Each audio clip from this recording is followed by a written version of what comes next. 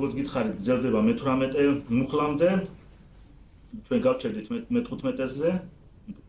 იოანე წამა მისთვის ღაღატყო და თქვა: ეს არის რომელისათვის იგი ვთქუ, რომელიც ჩემსა შემდგომად მოვავს, ჩემსა უწინარეს იყო, რამე თუ პირველ ჩემსა არს. იოანემ რა დაამოწმა? ესო არისო, ვინ ჩემს შემდეგ მოდის, მაგრამ ჩემზე უწინ იყო. როგორ იყო მასზე უწინ? იოანე ხო უფროსია მას. როგორ იყო უწინ? საინტერესოა. გასაგებია, როგორც იმიტომ რომ ის ყველაზე უწინ არის, იოანეზე კი არის, აბრაამზე უწინ არის. და უწინ იყო თან. არის კი არა, იყო. როდესაც უფალს ეუბნებიან, შენ 40 წლისაც უფალი 50 წლისაც არ ახარო და უფალი 40 წლისაც არისო. ეთყობა ამ ღვაწში, ამ თელული და პალესტინას უფალი ძალიან ისეთი ქონდა ეთყობა, სერიოზული სახე ქონდა უფალს და ამიტომაც 50 წლისაც არ ახარო, თორე უფალი 40 წლისაც არის. და აბრაამი საიდან გინახავსო? უთხრა უფალმა იქა აბრაამა მიხილა და გაიხარავ. მიხილა და გაიხარავ. რა იგული სადიხილა, რომ გამოეცხადა აბრაამს. ვიცი ახლა რომ გეშინია ჩემი და არ დაინანი ამ შვილი ჩემთვის შემოწირვა. ხო და აი ესენი ეს გაყირებულები უეუბნებიან შენ აბრაამი როდის ნახე 50 წლისაც არ ახლა და უფალი ეტყვის აბრაამის ყოფამდე მე ვარო. მე ვარ ეს საერთოდ ის არის აი ყოფი. ებრაულად ეს ითარგმნება იაჰვე. იაჰვე ყოფი. ვიქა მე ვარ. და აი ხუგუქებს აიღებენ ისე რომ ჩაეკოლა. და უფალი ეტყვის რომ რომელი კაი საქმისთვის ქოლავთ, ბევრი კაი საქმე გაიგე, რომელისთვის ქოლავთ, კაი საქმეების არ ქოლავთ, კაცი ხარ და ღმერთად გიყოფით და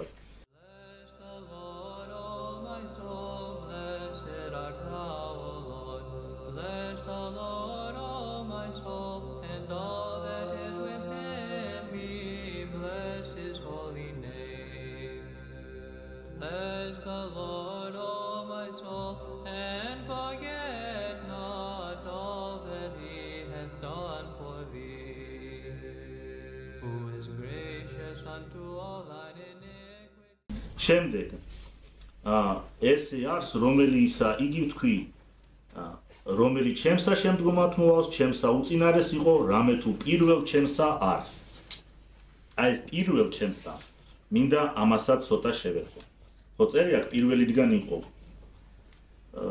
ცოტა შინაური საქმე რო გავიხსნათ გეტყვით რომ გიორგი ათონელისეულიეს ტექსტი გააკრიტიკა ნუ ძალიან ნიჭიერი პიროვნება იყო წმინდანი არ არის მაგრამ აი ბენიოსი პიროვნება ქართველი პეტრიც იოანე პეტრიცმა გააკრიტიკა და თქვა რომ აი კავ არ უნდა დაეწერა პირველიდან იმიტომ რომ ბერძნულში რო წერია დასაბამი ისა ენარხე ნუ ჯობდა ეთარგმნა დასაბამიდან ის ვერ ჩაწვდა ეთყობა გიორგი ათონისეულ განზრახვას რატომ წერს ის უფრო ფილოსოფიურად უყიდა პირველიდანო შეიძლება ზოგიერთებს სათთური უფრო გაუჩნდეს აი პირველი მეორე რაღაც რაოდენობითი არასწორი დასკვნა გააკეთა პეტრიცმა და არც დაუჯერა ეკლესიამ და არ ჩაუსწორებია ეს თუმცა შეიძლება დასაბამიდანაც ეწეროს მაგრამ გიორგი ათონელმა მაინც უფრო რაღაც მინიშნება გააკეთა რაზე გააკეთა მინიშნება პირველიდან რაზე გააკეთა და ესაია წინასწარმეტყველთან 54 თავში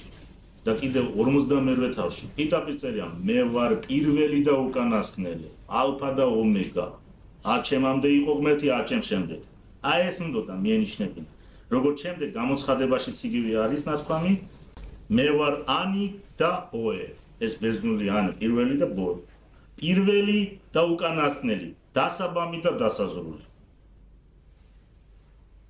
ეს ამბობს აქ ძევთისა და იგივე სიტყვებს თქვენ ახავთ ძველ აღთქმაში ყოვლადწმიდა სამებას მაგრამ ყოვლადწმიდა სამება მამა ვის მიერ ცხადდება და ვიში ძეში როდესაც მოსეს რო ეცხადება მაყლოვანში დაინახა მოსე მიწვის მაყლოვანი და არ იწვის უკიდია ცეცხლი და არ იწვის და უახლოვდება და ეუბნება ეს ანგელოზი უფლისა გამოეცხადა ასე იწყება მივიდა და იწვის და არ იწვის გაიხადე ფეხწმიდა ამიცა და მე ეუბნება მე ვარ რომელი ვარ ვინ არის ეს ამას ეუბნება მოსეს მამა არაფერს არ ამბობს თუ არა ძის მიერ ეს იყო ძე პირდაპირ წერია ბასილი დიდი პირდაპირ ეს არის ძის გამოცხადება მე ვარ რომელი ვარ ანდა კიდევ ასე წერია ძველ აღთქმაში გამოეცხადა ღმერთს აბრაამი და აჰა იყო მის მიმართ ღვთისმსიტყვა. ხედავთ, ღმერთ მამის გამოცხადება ძეში ხდება. ეს არ არის ძის სისუსტე რომ მამას განაცხადებს, ან მამის სისუსტე რომ სხვანაირად ესია. მამასთან ვინ ვერ მივარ თუ არა ჩემია. და კიდევ სახარ ეპისტოლეში გითხარით ცოტა მოკლედ, მაგრამ ვისაც არ აყავს ძე, არც მამა ყავს. და ვისაც ძე ყავს, მას ყავს ღმერთი. მამაც ყავს და ძეც. პირდაპირ წერია. ძის უარყოფელი ვერ იხილავს მამას. და კიდევ ნათქვამია რომ იოანეს სახარებაში რომ ისე პატივს უნდა სცემდეთ ძესა, როგორც პატივს სცემენ მამას. როგორ პატივს სცემენ მამას? და კიდევ ნათქვამია არავინ იცის ვინ არის მამა ძის გარდა და არც ვინმე მიცის ვინ არის ძე მამის გარდა. ხედავთ იქ რო წერია რომ ღმერთი არავინ და კიდევ არის ესეთი რომ ისე ვიცი მამა როგორც მიცის მე მამა. ასე როგორც მიცის მე მამამ ისე ვიცი მე მამა. როგორ იცის მამამ ძე? აბსოლუტურად სრულყოფილი. და მან მამა თუ იცის ის თარიღი და ყველაფერი არ იცის მithumet ეს. რა უფრო მეტია მამის რაღაცის ცოდნა თუ თვითონ მამის ცოდნა. რაღაც თარიღის დროის სამყაროს კოსმოსური რაღაც მოვლენის. ამ ქვეყნიური დასასრულის. რა თქმა უნდა ის. იმან მამა იცის თავის ყველა ცოდნა. დრო ერთ არსია მამისა. როგორც უთხრა დასაწყისში როგორც კი. აქამდე თქვენთან ვარ. თომა და ვერ მიხილე. ფილიპე, ვინც მე მიხილა, მამა იხილა. როგორი ხილა უკვე წმენის თვალით რა თქმა უნდა. თორე ფიზიკურად ისინი ხედავდნენ და ფიქრობდნენ, შენ კაცი ხარ და ღმერთად იყოფიეს და დაბოლოებისკენ რომ მივიდეთ.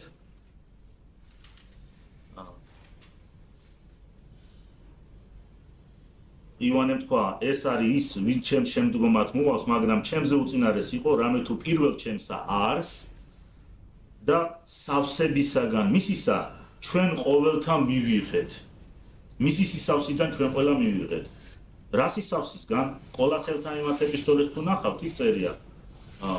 მასში, იესო ქრისტეში დამკვიდრებულია მთელი ღმრთების სისავსე ხორციელად.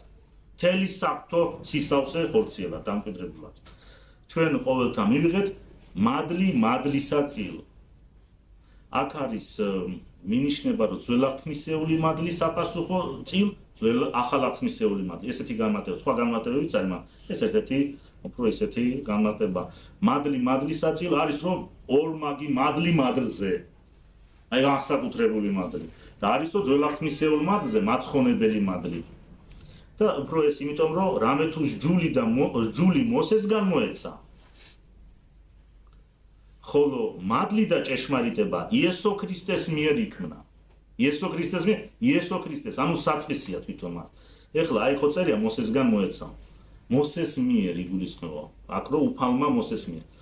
ებრაელთა მიმართ ეპისტოლეში პავლე მახარებელი შედარებას აკეთებს მოსესი და იესო ქრისტესი და ამბობს ესეთი რომ იესო ქრისტესა და მოსეს შორის ისეთი განსხვავება აქვს.